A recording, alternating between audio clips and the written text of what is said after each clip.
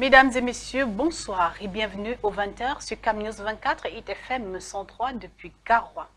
Tension interethnique dans la région de l'extrême nord au Cameroun. Cette situation fait 17 morts et 53 blessés. Visite de travail de la représentante de l'UNICEF dans la région de l'Adamawa au Cameroun. Une entrevue qui a permis de signer des conventions avec la mairie de Ndioron et de renforcer la collaboration avec les autorités locales afin de militer en faveur des populations vulnérables. Voilà, mesdames et messieurs, pour les titres. La paix fragile dans la région de l'extrême nord du Cameroun a été brutalement ébranlée par une tragédie interethnique faisant 17 morts et 53 blessés. Une situation qui met en lumière des tensions persistantes dans les différentes communautés. Alors que le bilan s'alourdit, l'appel à un dialogue urgent résonne comme une nécessité pour restaurer l'harmonie et la sécurité. Boubacaré Adama pour plus de précisions. Dans la région de l'extrême nord au Cameroun, une tragédie a frappé la communauté, laissant derrière elle un lourd bilan.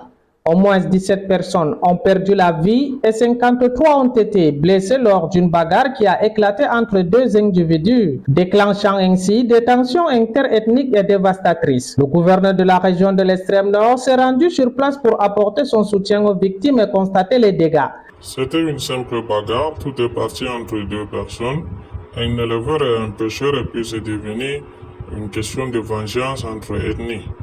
Les hôpitaux sont débordés et les familles touchées par cette violence se retrouvent dans une situation désespérée. Ce conflit a commencé entre éleveurs et pêcheurs avec des tensions qui se sont intensifiées au fil du temps. Les conséquences sont tragiques, des maisons ont été incendiées et des centaines de familles se retrouvent désormais sans abri. Les témoignages des victimes relèvent un profond sentiment d'insécurité. Le manque de collaboration entre les communautés Mousgoub et Arabes-Choua à l'extrême nord Cameroun est à l'origine de ce drame. La nécessité d'un dialogue et d'une réconciliation semble plus urgente que jamais.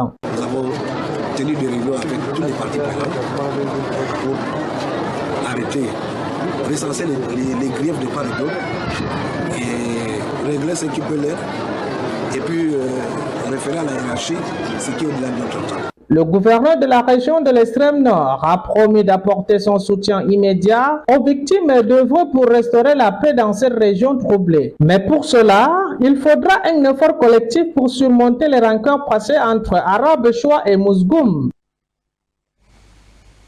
Dans un engagement fort pour le bien-être des populations, Madame la représentante de l'UNICEF au Cameroun a récemment effectué une mission dans la région de l'Adamawa.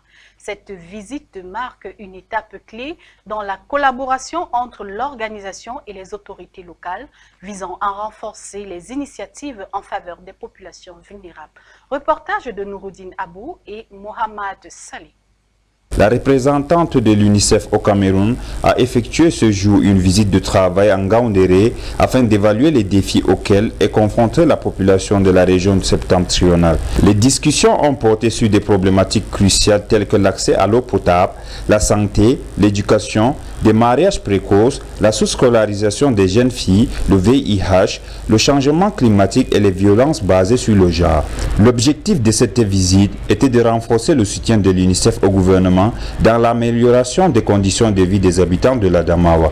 Elle a été reçue en audience par le secrétaire général de la région. Bon, j'aimerais remercier le gouverneur de nous avoir invités à venir à cette séance de travail. Il s'agissait bien d'une séance de travail pour voir un petit peu, pour faire le point sur l'appui que l'UNICEF est en train d'apporter, aussi les perspectives de collaboration et profiter de l'opportunité pour aussi parler de certaines des priorités de la région. Et je dois dire que nous avons abordé plusieurs points et nous sommes extrêmement heureux et satisfaits de cette très bonne collaboration. Hier, nous étions à Djohong donc pour la signature d'un accord entre la commune et l'UNICEF pour l'initiative Commune Amie des enfants. Et nous, avec la conversation avec les membres du gouvernement, du gouverneur, nous pouvons voir qu'il y a beaucoup plus de mairies qui seraient peut-être intéressés à cette initiative qui vise vraiment à adresser les problèmes des enfants dans leurs environnements. Nous avons parlé également de la problématique de l'enregistrement de naissance et je dois dire que l'UNICEF a lancé l'année dernière un challenge, une campagne, la campagne My Name, et la majorité des mairies de l'Adamawa font partie de cette campagne et bientôt nous allons voir les résultats qui vont vraiment permettre de voir l'effort des différentes entités pour s'assurer que les enfants aient un acte de naissance. Une disparité de présentation. Donc déjà à partir de là, vous pouvez comprendre qu'il y a une synergie qui se dégage et une symbiose même.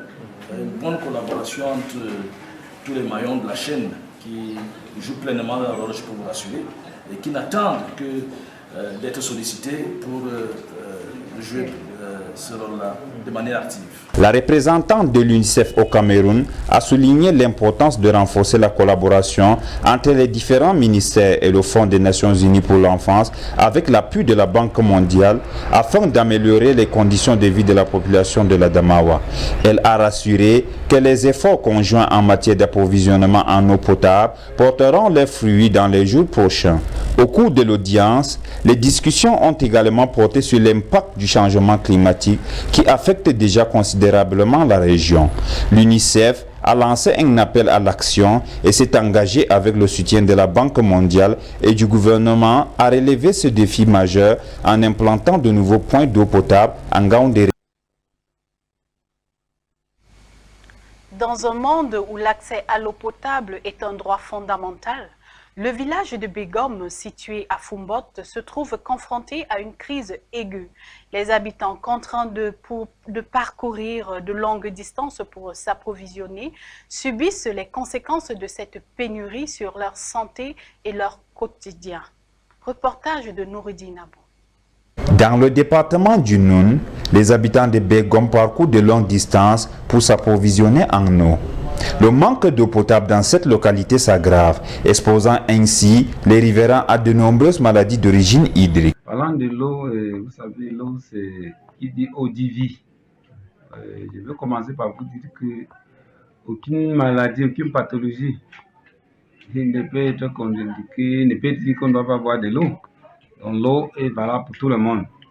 C'est ça qu'on dit que l'eau, c'est la vie.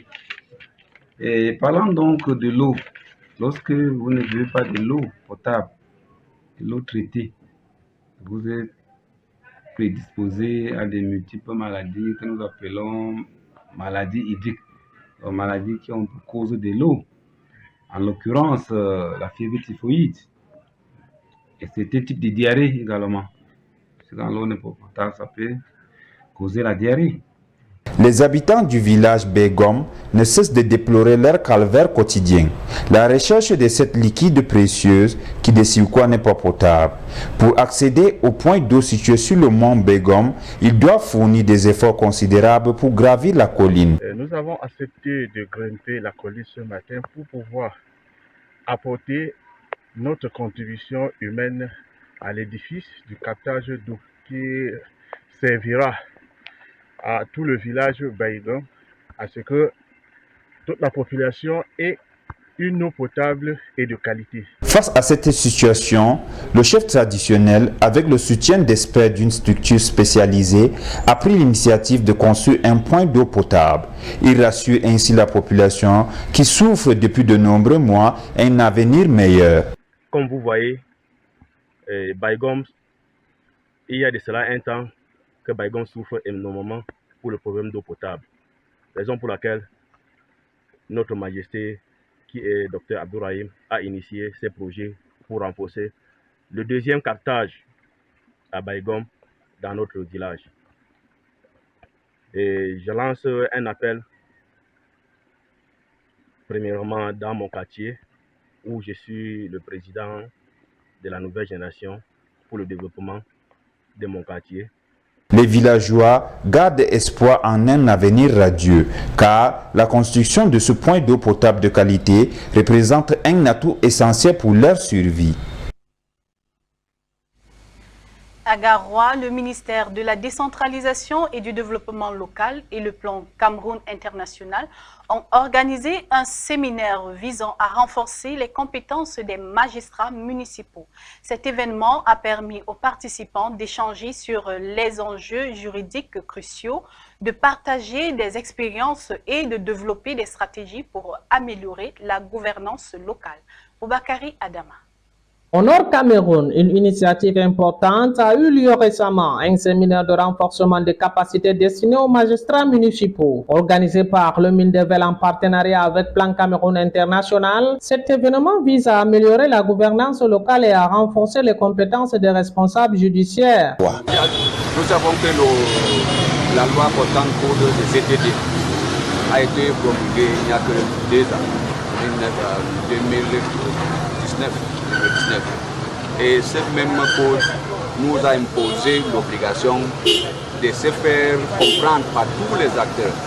Et les acteurs sont les maires, les élus locaux, ceux qui sont les cibles de l'autre arrivés ici à Garoua.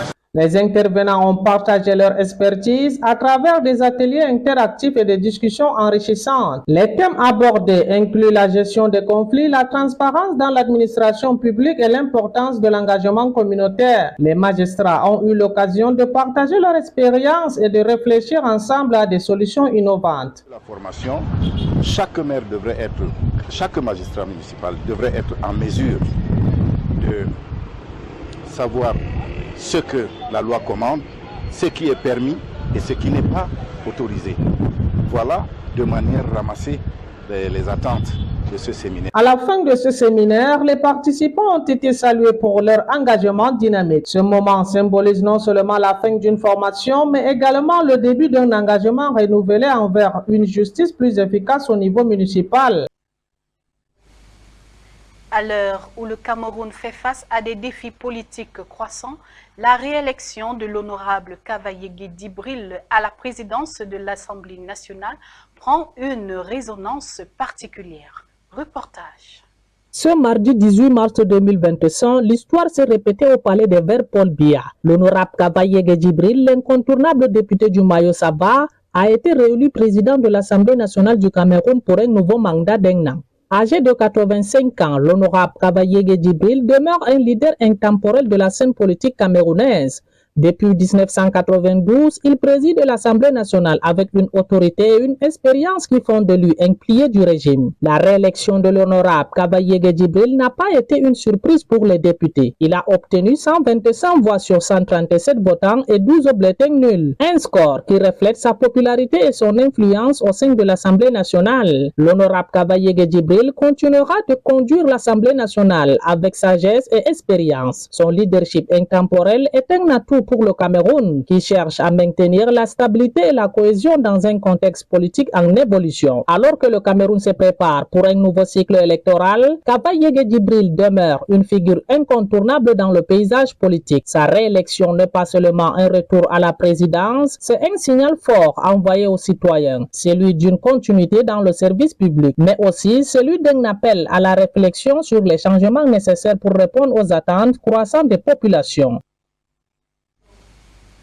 Dans le monde du football camerounais, une affaire scandaleuse vient de surgir, mettant en lumière des pratiques douteuses au sein de l'équipe de Victoria United. Accusé d'avoir orchestré des matchs truqués, l'ancien gardien de but Parfait Djomini dévoile des révélations qui pourraient avoir des répercussions majeures sur le club et le sport en général. Aline Dida et Michel Atiba nous font le point sur cette affaire scabreuse qui pourrait avoir des répercussions significatives.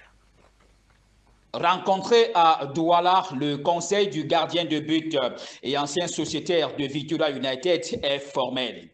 Les enquêtes sont en cours. Et nous avons également saisi l'Afrique en foot à travers la commission éthique. Donc il ne tardera pas à statuer. L'avocat confirme que son client a subi des sévices et que l'affaire reste pendante devant les juridictions de la Fédération camerounaise de football. Après les 4 jours de captivité, il a subi un traumatisme. Donc, il y a un psychologue le suit.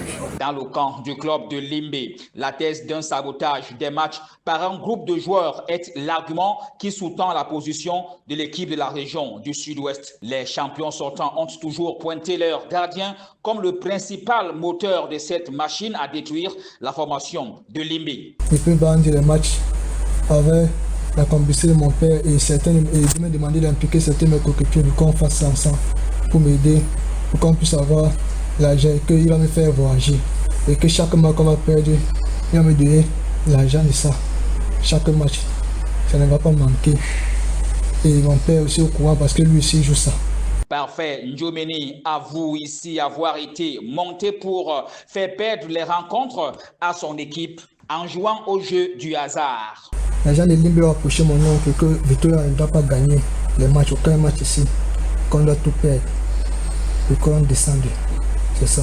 Le réseau est bien huilé et est entretenu par des personnes que le joueur cite lors de cette audition dont nous avons obtenu quelques extraits. Selon nos sources, Opopo a aussi saisi la Fédération camerounaise de football afin que la lumière soit faite sur cette affaire qui pourrait ternir l'image de nos championnats professionnels. Mesdames et messieurs, c'est la fin de ce journal sur CamNews 24 et ITFM 103 depuis Garoua. Merci de nous avoir suivis et passez une agréable fin de soirée. Au revoir.